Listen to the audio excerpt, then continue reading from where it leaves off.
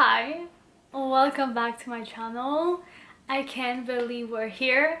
We're back on the YouTube game. We're back at it. The reason why I've been so absent, completely absent in the two years that just flew by, literally flew by, is that I have went through many spiritual awakenings, many deaths and many rebirths. So first of all, I want to reintroduce myself. Hi, I'm Alina. I'm a spiritual mentor and transformational coach, and I help people release their fears, blockages, so they can manifest a more fulfilling, expanding, vibrant life. And the reason I'm here today and I'm passionate and excited to be back on YouTube is because my communities have grown all over my platforms in the last 2 years, and I've been having a blast talking about spirituality, personal development, personal growth. That is my jam. But the short form videos were lacking the depth from me, and for me. And my calling has been to take this a level deeper, to go into the depth of life together, so we can grow, we can expand, and we can manifest the life that we want, because that's the point of life, right? And if we are not manifesting what we truly desire, is that we are not living to the depth of life. We're disconnecting from its very source. So without further ado, let's get into the video. So today, not only have been called to come back to YouTube, but I've been talking about this over and over again with my clients, behind the scenes, with my friends, family, loved ones, and I think it's a theme that's coming again and again, so we can have more of our power back, so we can reclaim more of what is ours. And it is how to navigate dark times. What I didn't tell you at the beginning of the video is that 2020 and 2021 were skyrocketing years for me. At the end of 2020, beginning of 2020, I ended up my toxic relationship, which literally broke me down into pieces. My life completely collapsed in all areas, and from there I just went up. I went deep down into myself. I healed my relationship wounds. I put all my attention on me because I didn't want to experience that ever again. And so 2020 and 2021 were my best life era. I started doing the things I had waited so long to do, and after that, living my best life for 2 years, I experienced a down, a real down. I went all the way up, and because life is forever changing, I had to experience it all. And so in 2022, I experienced depression for the first time in my life, and as much as I resisted it for the first months, it has been the most healing experience and the most expanding experience for me. And because we are all humans, we are all living life, and because we are connected to the same thing, the same source, we don't realize that we are often going through the same things in life. And so this is why I wanted to do this video. So if ever you are experiencing a moment of darkness, a challenging time in your life, I want you to give you the moves, the tips that really help me grow from that experience, expand from that experience, and not lose hope or stay stuck in negativity. What helped me the most through that experience is understanding that the only way out is true. We have been conditioned that our feelings and emotions make us weak, and so we deny, repress, and disconnect from them. But the thing is that emotions are energy in motion. It's literally how our body processes information from our environment, from our life, from our experience. And so when we disconnect from that experience, we cut the flow. We literally disconnect the energy that is moving through us, and we keep it stuck. And in the long run, what you resist persists, especially when it comes to emotions. When we deny and block our emotions, it represses into the physical body and can later manifest as other problems, physically, mentally, emotionally, energetically. And so when we finally surrender and connect back to our emotions, which literally are the source of life, the flavors of life, how could you experience life without emotions? When we make peace with that, we finally allow ourselves this space and embrace our feelings, which in return makes our life more rich, more fulfilling, more complete. So understanding that the only way out is true is allowing yourself to feel your feels. And the only way out of the darkness is to feel what is pressuring you, what is causing you pain, what is making you suffer. If there's one thing I've understand and learned from life, is that when heavy emotions come up to the surface is because we are given an opportunity to release them. We are in the right place, in the right time to finally let it go. And so the first step to move from darkness to light is to allow the darkness to be acknowledged, heard, understood. In my opinion, our shadows or darkness is just parts of ourselves that are waiting to be loved, seen, and heard. And the moment we allow those parts of us to be held, so they have space to communicate, to let us know what they need from us, is the moment that they are integrated back into light. The second thing that has helped me move through moments of challenge into more ease, more nourishment, or more light into my life is discerning my ego and my intuition. Again, as much as we have been programmed to believe that our emotions are weak, we have been programmed to believing that life is based on fear. The truth is that fear is an illusion, and it is a survival mechanism that has helped us survive from being killed from animals, from surviving, but it is not a mechanism that helps us expand and grow. Our ego is here to help us stay alive, to protect us from danger.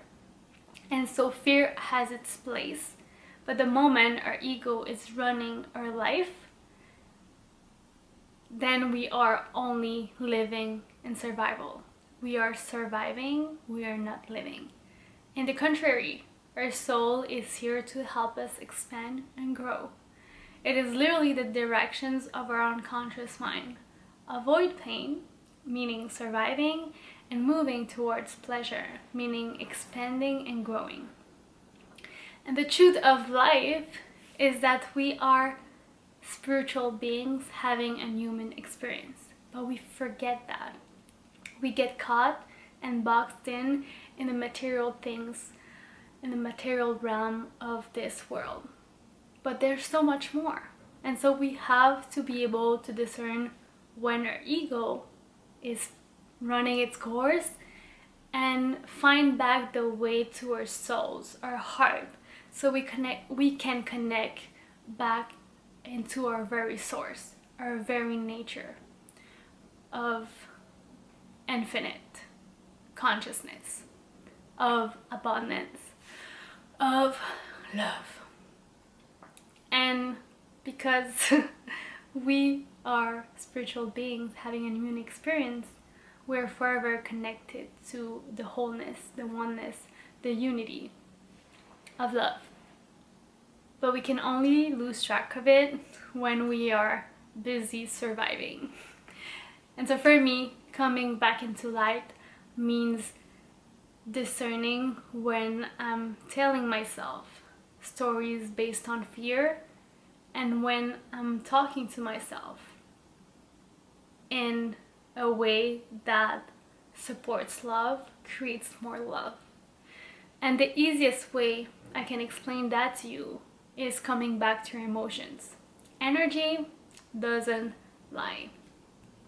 So when you talk to yourself from your ego, most of the time you will feel pressure, fear, stress, anxiety, and all the other emotions that make you feel small, that feel like you're contracting. And when you're basing your narratives and stories on love, on your soul, on your heart, it feels expanding, it feels like a pulling towards something bigger. It feels nourishing, it feels neutral, it feels like ease, because it's your nature. So be aware, start to be the observer of your own narratives, your own stories, and pay attention on how those stories make you feel. It's life-changing. Life-changing. All the topics I'm talking about today could have their own videos, because I could talk about all those 3 things forever and ever. But the last thing I want to mention in this video is that darkness is the way to your light. Darkness is here to uncover more of your light. It's in the darkness that you find your light. It's in the darkness that you remember your power. And it has everything to do with the second point of discerning your ego and your soul. Because you can be in a challenging experience, in a difficult time in your life, and resist it. You can blame everything, you can blame your circumstances, you can be the victim of what's happening. Or you can understand that everything that's happening all the time is always for you. And so you can see the darkness from an ego point of view and feel like the victim of the world. Or you can see that event, situation, moment as an opportunity for growth. A moment where you can find more of yourself. And I'm not saying that darkness is fair, because sometimes it's not. Sometimes we're just living our life and bam, something creates chaos. But understanding that darkness is the way to your light also helps you understand that life is cyclical. The only thing that is permanent in life is change, meaning that nothing is permanent. Everything is always moving, changing, unfolding. And you can remember that by looking at nature. In winter, the trees lose their leaves. It's not the end for them. It's not a death for them. It is a death, but only to rebirth in the spring. It's not something permanent. And because of that cycle, you're always creating more nourishment. The leaves nourish the ground to then nourish the tree to create more fruits. It's a cycle. And so when we see life from that perspective, we start to release, start to let go of the victim mode. Because we understand that every moment that is presented to us is an opportunity to experiment more of who we are. And I mean, the whole point of living is to realize that. Because when you understand you're part of the wholeness, you're already part of the whole, there's nothing to chase, but just to experiment everything as is. Because everything as is a path to come back to yourself. And so when you experience darkness, it's not so much about how you can not feel the pain anymore, but how can you accept, allow, and embrace that pain so it can support you, so it can move you in the direction of who you want to become. And for me, that has been a really humbling experience, because when you are in depression, when you feel depressed, all you want to do, all you want to experience is everything but that. And it took me many months of me resisting that I was feeling depressed, because at first I could not for the life of me understand why I was feeling that. I experienced my life, most of my life, in chaos, in a toxic household, then toxic relationships, then living my life away from myself. And for the first time in my life, in those 2 years, I was finally living for me. I manifested my soulmate, I was in my first conscious and healthy relationship, and the only thing I could say about my life was peace. My camera just closed on me, but I was saying that the only thing I could say about my life at that time was peace. And all of a sudden, I started feeling depressed. And as I said, many months of resisting, of wanting to feel like I felt before, feeling at my high, wanting to not be there. But sooner or later, I remembered that the only way out is true, and I surrendered to the process. If there was something that the universe taught me in those 2 years, is that everything happens for my highest good. And so I had to apply those teachings and walk my talk. And the moment I surrendered, I saw those opportunities of growth open and see all the gifts that were hidden in this dark moment, where literally I was lethargic every day. I would wake up and have no energy to do anything, not even cook a meal. It was hard to understand because there was nothing triggering that depression. But the more I was letting myself feel the feels, the more I realized that me experiencing that in that moment of my life was the pure evidence of how far I had come. In the past, I was in survival. And so if I were to feel depressed, it was a threat to my survival. I had to work, I was in a toxic relationship, my dad was sick, everything was going chaos. And so if I was to feel depressed, literally it would have been a threat for my survival, because you cannot function anymore when you are depressed, or depending of the levels of depression that you experience. But for most of us, you literally become not functional. And at that time, not being functional was not an option. But in this timeline, in 2022, I have built my life in a way that I didn't have to be in survival anymore. I could literally not function and still be alive and still be safe, because I had an income that was coming in, doing the things I love that didn't demand of me to be in a 9 to 5.